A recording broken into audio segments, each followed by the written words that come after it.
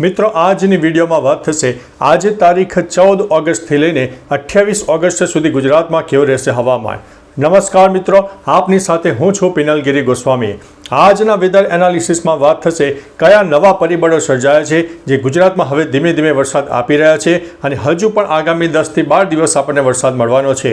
મિત્રો મહત્વનું છે કે ગુજરાત અને તેની આસપાસ એક મધ્યમ સ્તરની સાયક્લોનિક સિસ્ટમ સર્જાઈ ગઈ છે।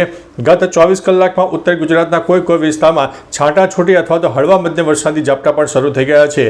આપણે અગાઉ પણ માહિતી આપી હતી કે આ જે સિસ્ટમ છે એ ધીમે ધીમે આગળ વધી રહી છે અને ગુજરાતના મોટાભાગના વિસ્તારોને પ્રભાવિત કરશે અને એક નવો વરસાદનો રાઉન્ડ મળવાનો છે।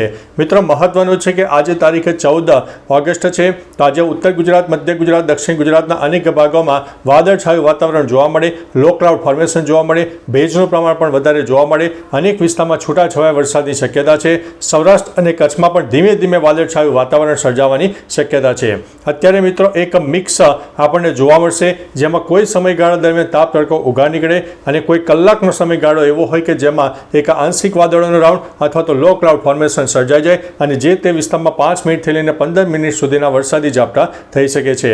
આગામી મિત્રો 15 તારીખથી વાત કરીએ તો 15 તારીખથી ધીમે ધીમે આ વરસાદની તીવ્રતામાં નોંધપાત્ર વધારો થશે, જેમાં ઉત્તર ગુજરાત, મધ્ય ગુજરાતનો પૂર્વ તરફનો વિસ્તાર છે તેમાં વરસાદની સંભાવના ધીમે ધીમે વધુ થવાની શક્યતા છે, કારણ કે આ જે સિસ્ટમ છે એ ધીમે ધીમે બંગાળની ખાડીની સિસ્ટમ છે અને મધ્ય ભારત અને દક્ષિણ ભારતના અનેક વિસ્તારોને પ્રભાવિત કરતી ગુજરાત તરફ પણ આગળ વધશે અને ગુજરાતમાં સૌરાષ્ટ્ર હોય, દક્ષિણ ગુજરાત, મધ્ય ગુજરાતના અનેક ભાગોમાં ભારેથી અતિ ભારે વરસાદ થઈ શકે છે।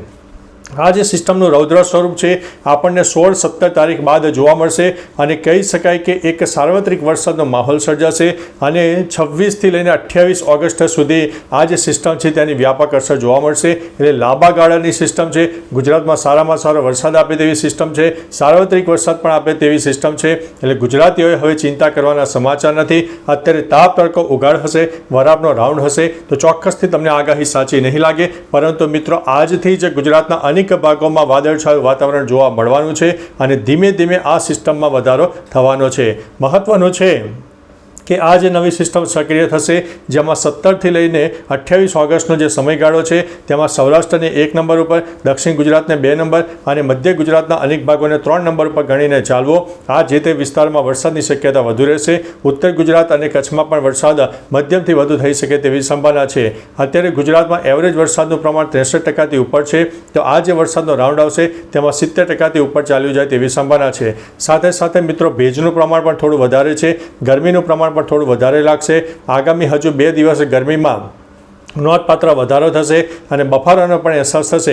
મહત્તમ તાપમાન 25થી લઈને 31 ડિગ્રીની વચ્ચે જોવા મળે તેવી સંભાવના છે। પવનની વાત કરીએ તો સૌરાષ્ટ્ર કચ્છના દરિયાઈ પટ્ટી વિસ્તારમાં થોડું પવનનું પ્રમાણ વધારે રહેશે, એટલે માછીમારોને થોડા સાવચેત રહેવા માટે અમારા ચેનલ વતી વિનંતી છે। બાકી મિત્રો તમારા વિસ્તારમાં વરસાદી વાતાવરણ છે કે નહીં, તાપ તડકો ઉઘાડ નીકળ્યો હોય તો તમામ પ્રકારની માહિતી વિસ્તારો સાથે નીચે આપજો જેથી અન્ય મિત્રો જાણી શકે। તો ચાલો મિત્રો વરસાદની લેટેસ્ટ ઇન્ફોર્મેશન સાથે મળતા રહીશું, ત્યાં સુધી અમને રજા આપશો।